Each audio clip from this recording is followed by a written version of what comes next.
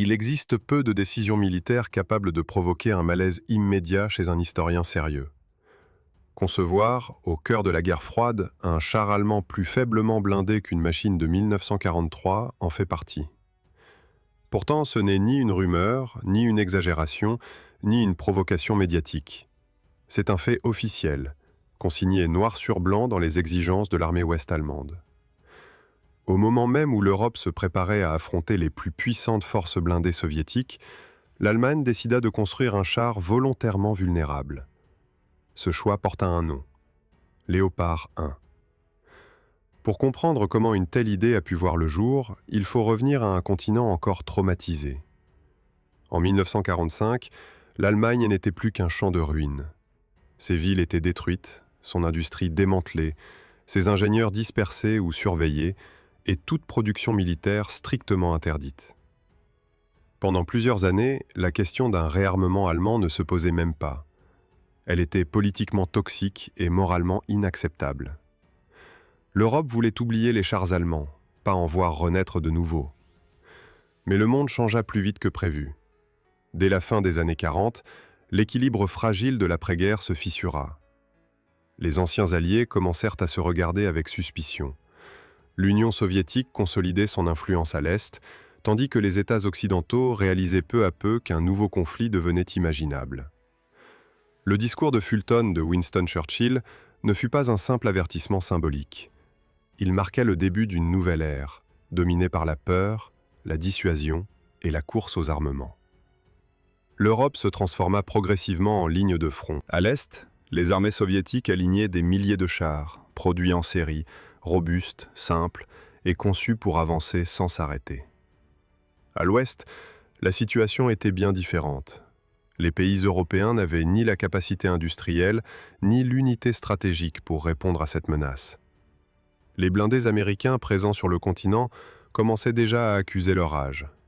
Un vide inquiétant se formait, exactement là où une percée soviétique aurait été la plus dévastatrice.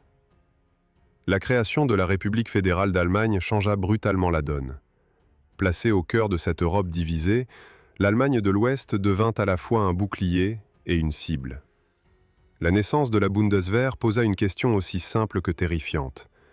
Comment défendre le territoire le plus exposé du bloc occidental sans chars modernes? Très vite, il apparut que l'Allemagne ne pouvait pas se contenter de matériel étranger. Elle devait concevoir sa propre machine. C'est dans ce contexte que naquit l'idée d'un char européen commun. Sur le papier, le projet semblait logique. Mutualiser les ressources, partager les coûts, créer une machine capable de faire face aux blindés soviétiques. En réalité, ce programme révéla des visions radicalement opposées de la guerre à venir. Les Français, marqués par les combats de 1940, privilégiaient la mobilité, mais refusaient de sacrifier totalement la protection. Les Allemands, eux, tiraient une conclusion bien différente de leur passé. Pour les stratèges ouest-allemands, l'expérience de la Seconde Guerre mondiale avait montré une chose essentielle. Aucun blindage raisonnable ne pouvait résister durablement à l'évolution des canons anti-chars. Plutôt que de renforcer l'acier, ils décidèrent de s'affranchir de cette logique. Leurs futurs chars ne devaient pas encaisser les coups. Ils devaient les éviter. La vitesse, la précision, la portée de tir et la capacité à changer rapidement de position devinrent les piliers de cette nouvelle doctrine. Lorsque les exigences techniques furent officiellement publiées en 1956, le choc fut immense. Le char devait peser environ 30 tonnes. Son blindage frontal devait se limiter à une protection contre des armes légères et des canons automatiques. En clair, il était admis dès le départ que la machine ne survivrait pas à un duel direct avec les chars soviétiques. À titre de comparaison, le Tigre allemand de 1943 disposait déjà d'une protection bien supérieure.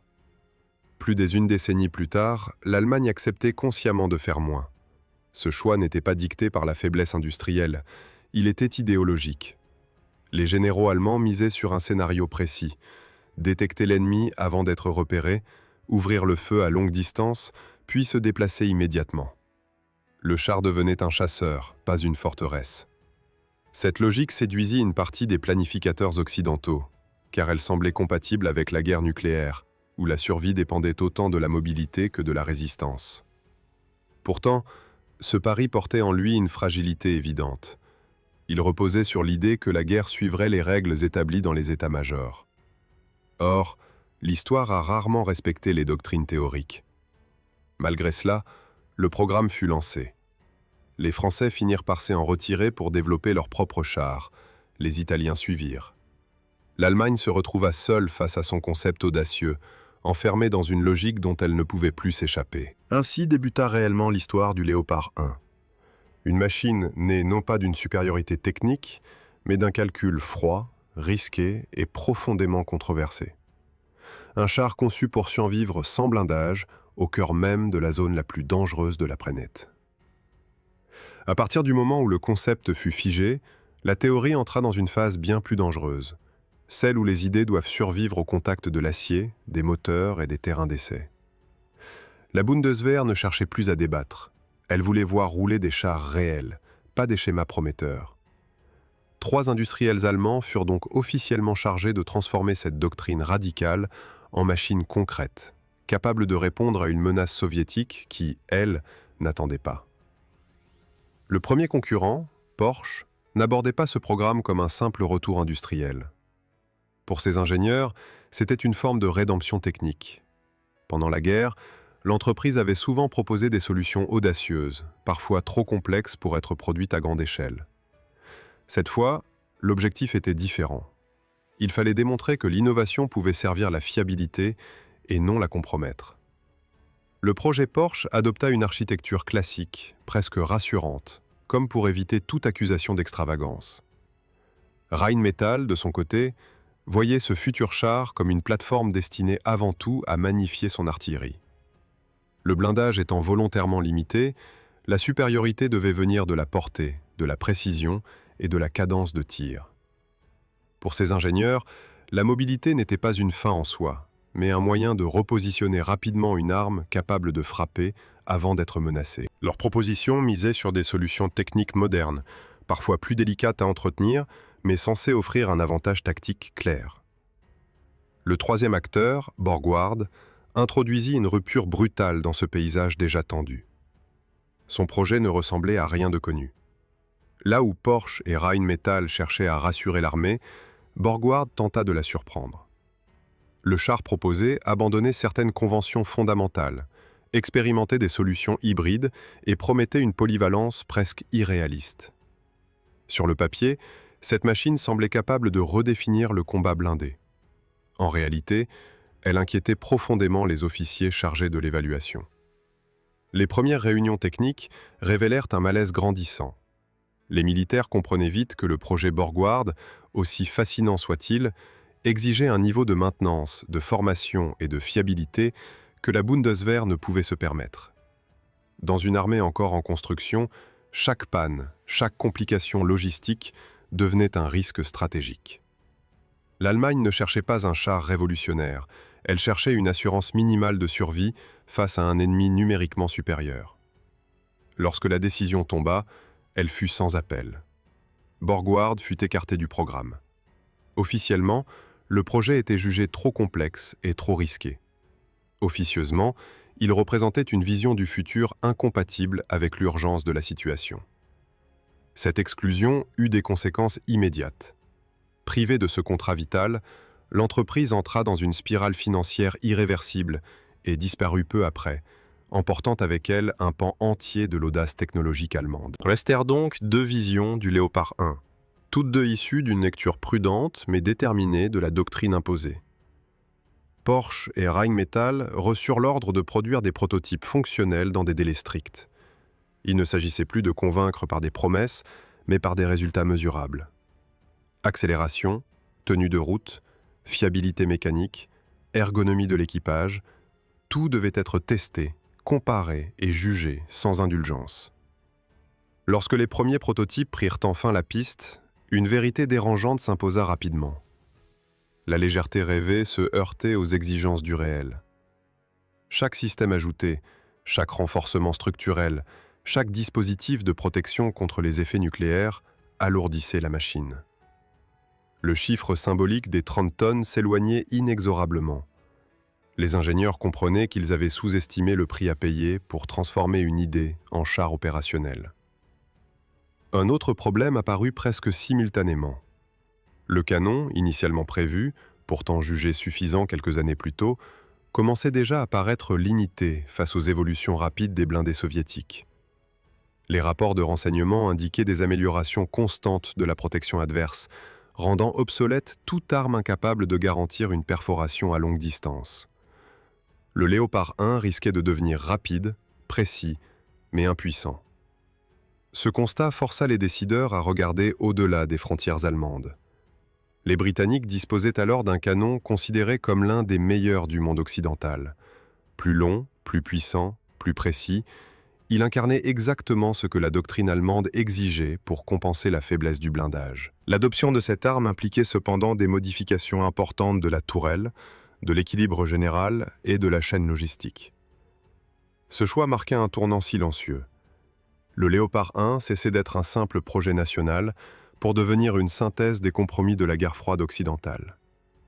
En acceptant cette solution, l'Allemagne reconnaissait implicitement que sa survie ne dépendrait pas d'un mur d'acier, mais d'une supériorité informationnelle et balistique. La machine gagnait en létalité ce qu'elle perdait en illusion de protection. À ce stade, le programme entra dans une phase décisive.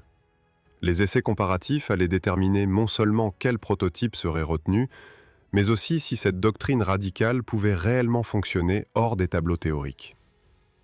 Le futur du Léopard 1, et avec lui la crédibilité blindée de l'Allemagne de l'Ouest, se jouait désormais sur les pistes d'essai et non plus dans les bureaux.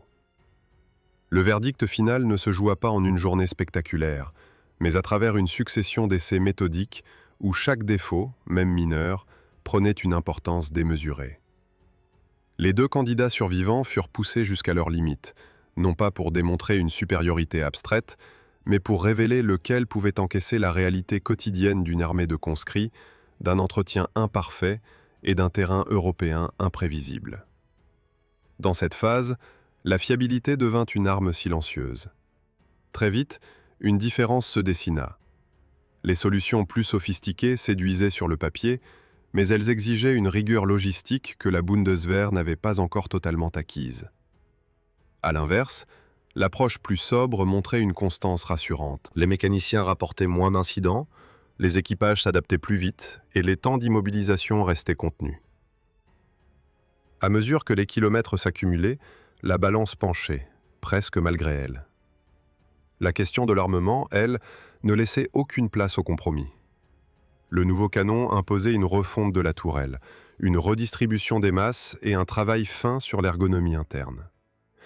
L'intégration se révéla plus complexe que prévu, mais elle transforma immédiatement le potentiel de la machine. Les tirs à longue distance gagnèrent en précision, la pénétration devenait crédible face aux chars adverses les plus modernes, et l'équipage retrouvait un sentiment de supériorité offensive indispensable à la doctrine choisie. En avril 1962, la décision tomba. Le projet issu de Porsche fut retenu. Il n'était pas parfait, mais il offrait l'équilibre le plus acceptable entre mobilité, puissance de feu et robustesse mécanique. Cette victoire ne signifiait pas la fin des modifications. Bien au contraire. Les responsables militaires présentèrent aussitôt une liste de corrections qui transformèrent profondément la machine initiale. L'objectif des 30 tonnes fut officiellement abandonné, admettant enfin ce que les essais avaient rendu évident. Le blindage frontal fut légèrement renforcé, non pas pour encaisser des coups directs, mais pour réduire la vulnérabilité aux angles défavorables. Le moteur d'origine fut remplacé par une version nettement plus puissante, capable de compenser l'augmentation de masse sans sacrifier la vitesse. La silhouette générale évolua, la tourelle gagna en volume interne, et l'équilibre global fut revu. Le prototype ainsi modifié reçut une nouvelle désignation, marquant symboliquement la transition entre expérimentation et pré-production. C'est à ce moment précis que le programme quitta les polygones allemands pour affronter un regard extérieur. Le char fut envoyé en France pour des essais comparatifs face à la nouvelle machine française, issue d'une philosophie étonnamment proche. Les résultats surprirent les observateurs. Malgré une masse supérieure, le prototype allemand se montrait plus vif à l'accélération et atteignait des vitesses élevées avec une aisance inattendue. La doctrine de la mobilité retrouvait soudain une crédibilité concrète. Ces essais eurent un effet psychologique majeur. Pour la première fois depuis la fin de la guerre, un char conçu en Allemagne ne suscitait ni méfiance immédiate, ni condescendance technique. Il impressionnait, non par son blindage, mais par sa maîtrise du mouvement et du tir. Cette perception positive renforça la confiance des décideurs, qui virent dans cette machine un outil à la fois militaire et diplomatique. Lorsque le char arriva enfin dans une unité opérationnelle, son identité changea subtilement. Dans les casernes, loin des bureaux d'ingénieurs, les équipages lui donnèrent un nom, Léopard. Un nom qui évoquait la vitesse, la précision et la chasse, bien plus que la résistance passive. Cette appellation s'imposa rapidement, au point de devenir officielle. Le char venait de recevoir une âme, au sens militaire du terme. À partir de là, la stratégie changea d'échelle. L'Allemagne comprit que le succès du Léopard ne dépendait pas uniquement de son déploiement national. Il fallait convaincre les Alliés. Les prototypes entamèrent une véritable tournée internationale, traversant bases et terrains d'essai à travers l'Europe et au-delà. À chaque démonstration, la même image se répétait. Une machine rapide, stable au tir, agréable à conduire et étonnamment moderne dans son approche. Les observateurs étrangers notaient toutefois une constante inquiétante. La protection restait minimale, et cette faiblesse était évidente pour tout spécialiste. Mais dans le contexte de la guerre froide, l'efficacité apparente primait souvent sur les scénarios pessimistes. Le Léopard incarnait une réponse claire à une question simple. Comment frapper avant d'être frappé? Pour beaucoup, cela suffisait. C'est dans cette atmosphère mêlée d'enthousiasme et de doute que la décision de production fut prise. L'Allemagne allait relancer, à grande échelle, la fabrication de chars de combat. Une renaissance industrielle et militaire qui semblait confirmer la justesse de la doctrine adoptée. Pourtant, derrière les démonstrations spectaculaires et les contrats à venir, une vérité persistait. La survie du Léopard dépendait entièrement de conditions idéales, et la guerre, elle, ne promet jamais l'idéal.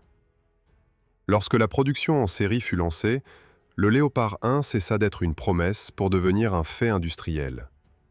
Les chaînes s'organisèrent rapidement, les sous-traitants furent intégrés, et la machine commença à sortir des usines avec une régularité qui symbolisait le retour de l'Allemagne dans le cercle des nations capables de produire un char moderne. Chaque exemplaire livré renforçait l'idée que la doctrine avait été validée par le réel. Les premières unités équipées affichaient une confiance nouvelle, nourrie par la mobilité, la précision et une ergonomie largement supérieure à celle des blindés plus anciens encore en service. Très vite, l'état-major comprit que le Léopard 1 ne devait pas seulement défendre le territoire national. Il devait aussi devenir un produit stratégique. Des démonstrations furent organisées à l'étranger, soigneusement mises en scène, toujours centrées sur les mêmes qualités. Accélération franche, franchissement rapide, tir précis à longue distance, changement de position spectaculaire. À chaque fois, le message était clair. Ce char n'était pas conçu pour encaisser, mais pour dominer par l'initiative.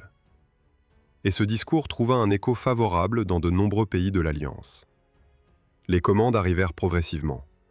Certaines nations voyaient dans le Léopard 1 une alternative crédible aux modèles américains. D'autres appréciaient la possibilité d'une production sous licence. L'Italie franchit ce pas, lançant une fabrication locale qui renforça encore l'aura européenne du programme. Sur le papier, tout semblait indiquer un succès complet. Le Léopard 1 se diffusait, s'imposait comme une référence occidentale et donnait l'impression d'une machine en avance sur son temps. Pourtant, derrière cette réussite commerciale se cachait un point que les brochures n'aimaient pas détailler, le blindage. Dès que l'on quittait les pistes d'essai et les démonstrations officielles pour entrer dans une analyse froide, les chiffres devenaient difficiles à ignorer.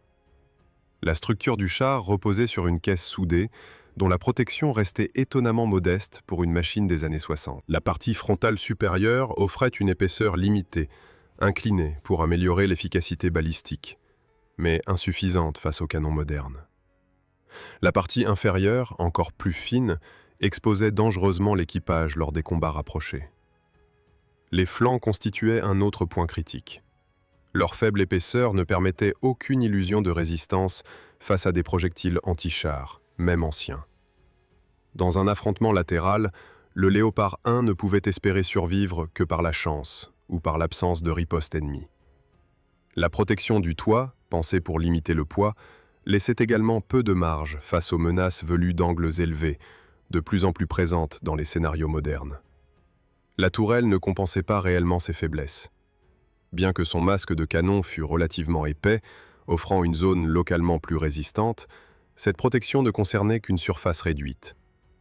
Tout impact ailleurs sur la face avant avait de fortes chances de perforer. Les côtés de la tourelle, eux aussi, restaient vulnérables à presque toutes les armes anti-chars standards. En clair, le Léopard 1 survivait tant qu'il n'était pas touché. Une fois atteint, les probabilités chutaient brutalement. La comparaison avec les chars soviétiques contemporains rendait cette réalité encore plus cruelle. Alors que le Léopard 1 misait sur l'acier simple et l'inclinaison, les ingénieurs soviétiques avaient déjà franchi un cap conceptuel. Leurs machines intégraient des solutions de blindage combinées, associant acier et matériaux composites pour dissiper l'énergie des projectiles. Cette approche visait précisément à contrer les canons occidentaux, y compris celui dont le Léopard 1 était équipé. Dans un affrontement théorique à longue distance, le char allemand conservait un avantage grâce à son optique et à la qualité de son armement. Mais dès que la distance se réduisait, la balance s'inversait dangereusement. Les environnements européens, faits de forêts, de collines et de zones urbanisées, favorisaient des engagements à courte ou moyenne portée. Dans ces conditions, la finesse du blindage devenait un handicap mortel. Les planificateurs allemands en étaient conscients. Leur doctrine supposait un combat mené avec rigueur, coordination et anticipation. Le Léopard 1 devait opérer en réseau, soutenu par la reconnaissance, l'artillerie et l'aviation. Isolé, il devenait fragile. Cette dépendance à un contexte idéal limitait sa marge d'erreur, ce qui inquiétait certains observateurs au sein même de la Bundeswehr. Face à ces critiques, des programmes d'amélioration furent lancés. Des écrans latéraux furent ajoutés pour atténuer la vulnérabilité aux charges creuses. Des modifications internes améliorèrent la survivabilité de l'équipage sans transformer radicalement la protection. Chaque évolution augmentait légèrement la masse, éloignant encore le char de son objectif initial, sans pour autant résoudre le problème fondamental. Le Léopard 1 restait un compromis, et non une forteresse roulante. Malgré tout, il continua à être produit et modernisé. Les versions successives apportaient de meilleures capacités de tir, des systèmes de visée plus performants et une électronique améliorée. Sur le plan offensif, la machine gagnait en efficacité. Sur le plan défensif, elle demeurait prisonnière de sa philosophie originelle. À mesure que les chars soviétiques progressaient, l'écart se creusait dans un domaine précis, la capacité à encaisser un premier coup. À la fin des années 70, cette réalité ne pouvait plus être ignorée. Les améliorations atteignaient leurs limites et la doctrine initiale montrait ses failles. Le Léopard 1 avait rempli son rôle dans un contexte précis, mais ce contexte évoluait. Une nouvelle génération de chars devenait nécessaire, capable de combiner mobilité, puissance de feu et protection réelle. Le Léopard 1 approchait des un tournant silencieux, celui où un succès apparent commence à révéler ses contradictions. Les limites du Léopard 1 ne furent pas révélées par une défaite spectaculaire, mais par une accumulation silencieuse de rapports, d'exercices et de simulations qui racontaient tous la même histoire. Le char restait efficace tant que les conditions correspondaient exactement à la théorie pour laquelle il avait été conçu. Dès que ces conditions se dégradaient, la fragilité structurelle redevenait évidente. À mesure que les années passaient, cette contradiction devenait impossible à masquer. La première réponse ne fut pas un abandon, mais une tentative de correction progressive. Les autorités militaires choisirent d'améliorer ce qui pouvait l'être sans remettre en cause l'ossature du char. Les premières modernisations se concentrèrent sur la conduite du tir. De nouveaux systèmes de visée furent intégrés, augmentant la probabilité de toucher la cible dès le premier coup, car le Léopard 1 n'avait pas le droit à l'erreur. Le tube du canon reçut un manchon thermique afin de stabiliser la précision lors des séquences de tir prolongées. Chaque détail comptait, car la survie dépendait toujours de la capacité à frapper avant l'adversaire. Très vite, la question de la protection revint au centre des débats. Les écrans latéraux furent renforcés. non pour transformer le char en bastion, mais pour réduire la vulnérabilité face aux munitions à charge creuse. La tourelle reçut des éléments additionnels, montés avec des espaces destinés à perturber l'effet des projectiles. Ces solutions amélioraient marginalement la résistance, mais elles alourdissaient la machine et accentuaient une ironie cruelle. Plus le Léopard 1 se rapprochait d'un char correctement protégé, plus il trahissait l'idée originelle qui avait justifié son existence. Chaque vague de modernisation ajoutait des lettres et des chiffres à sa désignation, comme autant de tentatives de rattraper un retard conceptuel. Les équipages appréciaient les améliorations, notamment dans les combats simulés de nuit, où les nouveaux dispositifs offraient un avantage réel. Pourtant, dans les cercles d'analyse, un consensus se formait lentement. Aucun ajout ne pouvait transformer fondamentalement un char pensé pour esquiver en un char capable d'encaisser. Pendant ce temps, l'adversaire potentiel ne restait pas immobile. Les chars soviétiques évoluaient rapidement, intégrant des blindages de plus en plus complexes, des profils plus compacts et des canons capables de percer à des distances autrefois jugées sûres. Les scénarios optimistes sur lesquels reposait la doctrine allemande perdaient leur crédibilité. Les engagements théoriques à longue portée devenaient l'exception plutôt que la règle. Le Léopard 1, malgré ses qualités, se retrouvait de plus en plus dépendant d'un environnement tactique parfaitement contrôlé. C'est à ce moment précis que l'Allemagne prit une décision lourde de sens. Plutôt que de poursuivre indéfiniment des améliorations limitées, elle lança le développement d'un char entièrement nouveau. Cette fois, il ne s'agirait plus de choisir entre protection et mobilité. La nouvelle machine devait assumer le retour à une philosophie plus classique, où le blindage redevient un pilier central de la survie. Ce projet allait donner naissance au Léopard 2, sans jamais désigner officiellement son prédécesseur comme une erreur, mais en le reléguant progressivement à l'arrière-plan. À partir de là, le rôle du Léopard 1 changea. Il quitta peu à peu la première ligne pour devenir un outil secondaire, affecté à des unités de réserve, à l'instruction ou à des missions où la probabilité d'affrontement direct était jugée plus faible.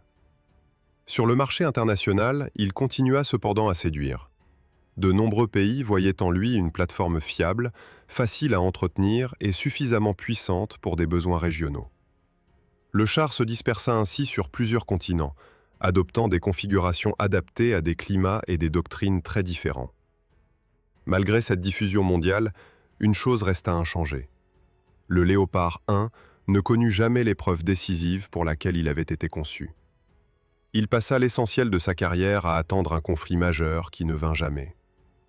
Cette absence de baptême du feu contribua paradoxalement à préserver son image. Il demeurait un char théorique, évalué à travers des chiffres, des essais et des hypothèses, sans jamais être confronté à une réalité capable de trancher définitivement le débat. Les décennies passèrent, et le Léopard 1 poursuivit sa trajectoire discrète vers la fin de sa carrière opérationnelle. Dans son pays d'origine, il fut progressivement retiré du service actif, remplacé par des machines correspondant davantage aux exigences modernes du champ de bataille. Ailleurs, il continua à rouler, parfois profondément modifié, parfois simplement entretenu, toujours porteur de cette même philosophie née au cœur de la guerre froide. Puis, bien plus tard, un élément inattendu raviva l'intérêt pour cette machine. Les conflits contemporains, marqués par une prolifération de systèmes anti-chars avancés, remirent brutalement en lumière les faiblesses structurelles des blindés anciens. La perspective de voir un char conçu dans les années 60 confronté à des armes du XXIe siècle souleva une question dérangeante. Une machine bâtie sur l'idée d'éviter les coups peut-elle survivre dans un environnement saturé de menaces? Le Léopard 1 atteignait alors la fin logique de son histoire, non pas par une explosion spectaculaire ou une bataille décisive, mais par un face-à-face silencieux avec une réalité technologique qui avait dépassé ses fondations. Il restait le symbole d'un choix radical, assumé à une époque où la vitesse semblait pouvoir remplacer l'acier. Un choix qui fascine encore, précisément parce qu'il oblige à se demander si la doctrine peut, un jour, triompher durablement de la physique. Si cette histoire vous a captivé, laissez un like, partagez votre opinion dans les commentaires et abonnez-vous à la chaîne pour découvrir d'autres récits où les décisions humaines façonnent le destin des machines de guerre.